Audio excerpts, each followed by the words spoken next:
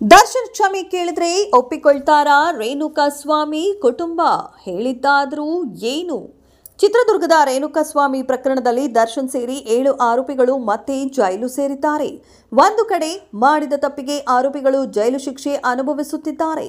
ಇನ್ನೊಂದು ಕಡೆ ಮಗನನ್ನ ಕಳೆದುಕೊಂಡು ಪ್ರತಿನಿತ್ಯ ಕುಟುಂಬ ನೋವಿನಲ್ಲಿ ದಿನ ದೂಡುತ್ತಿದೆ. ತಮ್ಮ ಮಗನಿಗೆ ಚಿತ್ರಹಿಂಸೆ ಕೊಟ್ಟು ಕೊಲೆ ಮಾಡಿದವರಿಗೆ ತಕ್ಕ ಶಿಕ್ಷೆ ಆಗಲೇಬೇಕೆಂದು ರೇಣುಕಾಸ್ವಾಮಿ ಕುಟುಂಬಸ್ಥರು ಮೊದಲಿನಿಂದ ಹೇಳುತ್ತಲೇ ಬಂದಿದೆ. ಮಾಡಿದ ತಪ್ಪಿನ ಅರಿವಾಗಿ ಮುಂದಿನ ದಿನಗಳಲ್ಲಿ ದರ್ಶನ್ ಆಗಲಿ ಅಥವಾ ಅವರ ಕುಟುಂಬಸ್ಥರು ಬಂದು ಕ್ಷಮೆ ಕೇಳಿದ್ರೆ ಅದನ್ನ ಒಪ್ಪಿಕೊಳ್ತಾರಾ ಅನ್ನುವ ಪ್ರಶ್ನೆಗೆ ಸದ್ಯ ರೇಣುಕಾಸ್ವಾಮಿ ಅವರ ತಂದೆ ಉತ್ತರವನ್ನ ನೀಡಿದ್ದಾರೆ. ಸದ್ಯ ಸಂದರ್ಶನದಲ್ಲಿ ರೇಣುಕಾಸ್ವಾಮಿ ಪೋಷಕರು ಈ ಬಗ್ಗೆ ಮಾತನಾಡಿದ್ದಾರೆ. ನಾನು ಯಾರನ್ನ ದೂಷಣೆ ಮಾಡುವ ವ್ಯಕ್ತಿಯಲ್ಲ. ತಪ್ಪು ಯಾರೇ ಮಾಡಿದ್ರೂ ಅದಕ್ಕವರು ಪಶ್ಚಾತ್ತಾಪ ಪಟ್ಟುಕೊಳ್ಳಲೇಬೇಕು. ಅವರಿಗೆ ತಪ್ಪು ಅನ್ನುವ ಮನವರಿಕೆ ಬರಬೇಕು. ಅವರಿಗೆ ಏನಾಗುತ್ತದೋ ಇಲ್ವೋ ಗೊತ್ತಿಲ್ಲ, ಆದರೆ ತಪ್ಪು ಮಾಡಿದವರಿಗೆ ಶಿಕ್ಷೆ ಆಗಬೇಕು. ಯಾರು ತಪ್ಪು ಮಾಡಿದ್ದಾರೆ ಎನ್ನುವುದನ್ನು ಕೋರ್ಟ್ ತೀರ್ಮಾನ ಮಾಡಬೇಕು.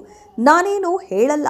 ತಪ್ಪಿತಸ್ಥರಿಗೆ ಶಿಕ್ಷೆ ಆದರೆ ನನ್ನ ಮಗನ ಆತ್ಮಕ್ಕೆ ಶಾಂತಿ ಸಿಗುತ್ತದೆ ಎನ್ನುವುದು ನನ್ನ ಭಾವನೆ ಎಂದು ಸದ್ಯ ರೇಣುಕಾಸ್ವಾಮಿ ತಂದೆ ಹೇಳಿಕೊಂಡಿದ್ದಾರೆ.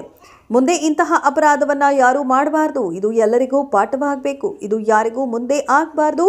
ಇದೇ ನನ್ನ ಆಶಯ. ಮನುಷ್ಯನಲ್ಲಿ ಮನುಷ್ಯತ್ವ ಇರಬೇಕು. ಮನುಷ್ಯನ ಸ್ವಭಾವದಲ್ಲಿ ತಪ್ಪಿರುತ್ತದೆ. ಆ ತಪ್ಪಿಗೆ ಯಾವ ರೀತಿ ಶಿಕ್ಷೆ ಇರುತ್ತದೋ ಹಾಗೆ ನೀಡಬೇಕು. ತಪ್ಪು ಎಲ್ಲರೂ ಮಾಡ್ತಾರೆ.